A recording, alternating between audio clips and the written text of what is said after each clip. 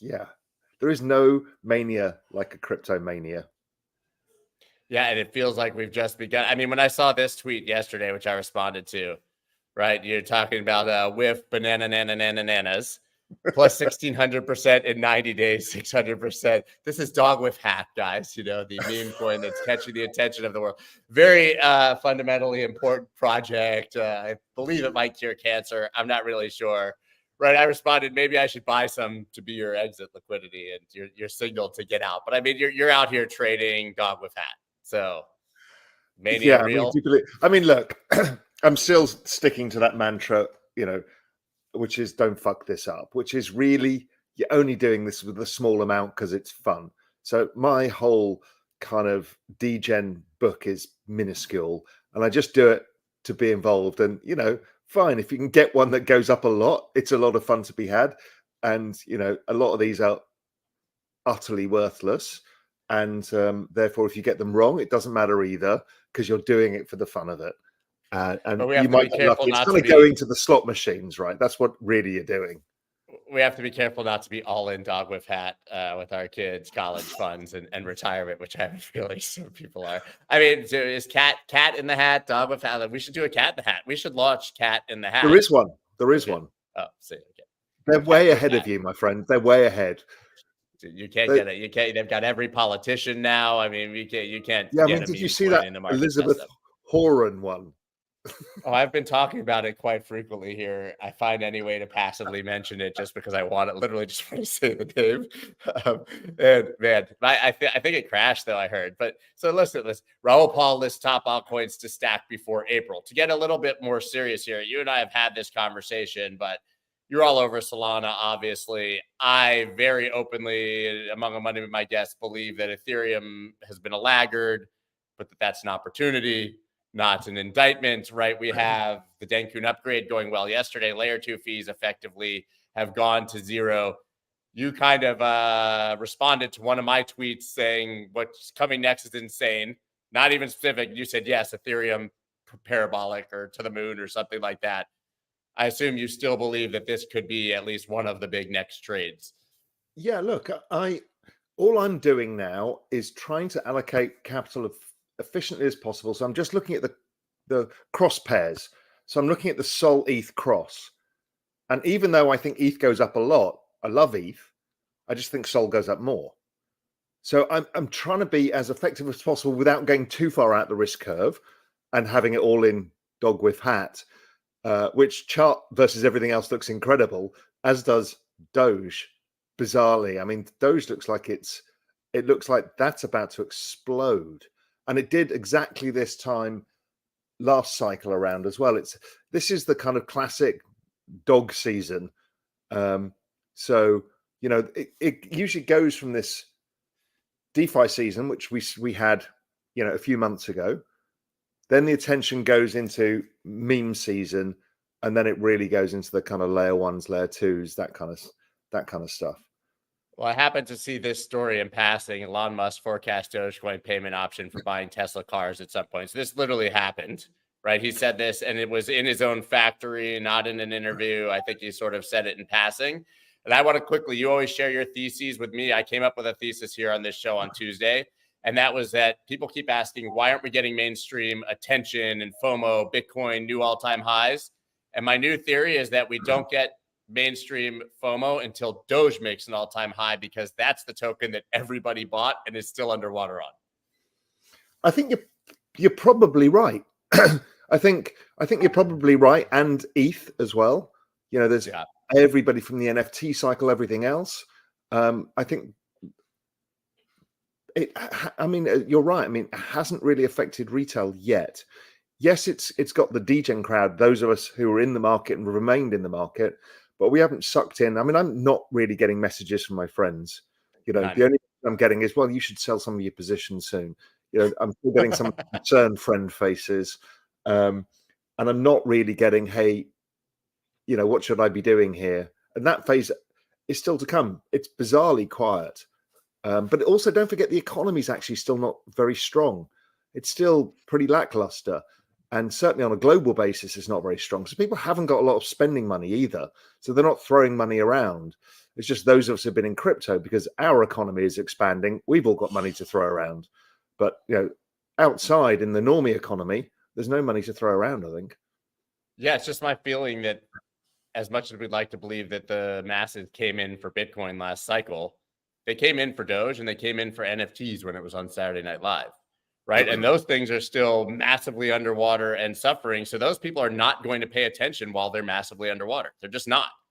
They're not going to care. And there was somebody posted a really interesting thought about Doge. I mean, my own theory on Doge is I think Elon, he loves the whole game. And once it's starting to get kind of dog season excitement, he will think about doing something with Twitter payments and stuff with Doge just for the hell of it, just because it irritates people. So I think he'll do that. But I think you're right. A lot of people have been investing in Doge. And the interesting theory around was that right now, if you're somebody coming from the outside world, you're hearing about all of these kind of meme coins. You look into it, you see there's like 50,000 of them. You haven't got a clue. So what do? You probably go to the old dog itself. That kind of makes sense. And it will capture a lot of attention. Also, we forget that a lot of what's being traded is very kind of American slanted, like Zin, right? Nobody else in the world knows what Zin is. It's an American product. So really, you need something that's got universal appeal, and Doge has. And the other thing about Doge is they are trying to send this rocket ship to the moon and up into space, right? With Doge the Doge Foundation having sponsored it. I mean, Dog with Hat. I mean, Ansem on Twitter has managed to raise 650 grand to take over the Sphere in Vegas to put Dog with Hat on it. But the Doge Foundation is literally sending Doge to the moon, which is even more ludicrous. And so we haven't even hit this peak ridiculousness that's about to come. Yeah, you have all these people telling you to sell, but my feeling is that that's not your instinct at the moment. I mean, you keep saying, don't fuck this up. You've been saying, don't fuck this up, by the way, before we got the sort of hype cycle even started, right? I mean, you've been saying that when we were kind of in the 20, 30,000. So look, I mean, to go back at the bigger picture, this is the biggest macro opportunity we've ever been given, right? This is a wealth generating machine, and people need that break. They need that opportunity to unfuck their future. And this is the big one.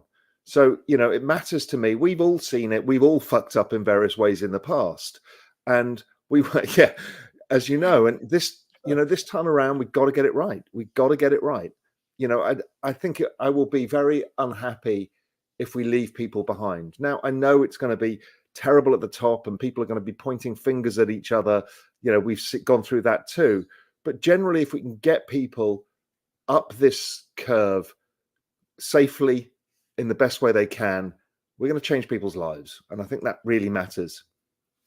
I want to talk about how we do that, because as fun as it is to talk about bonk and dog with hat and all of these things, those are going to have their own mini cycles, most likely, right? A lot of these are going to have their big pop. They're going to drop. People are going to buy the top, sort of mini cycles of that macro cycle you just described.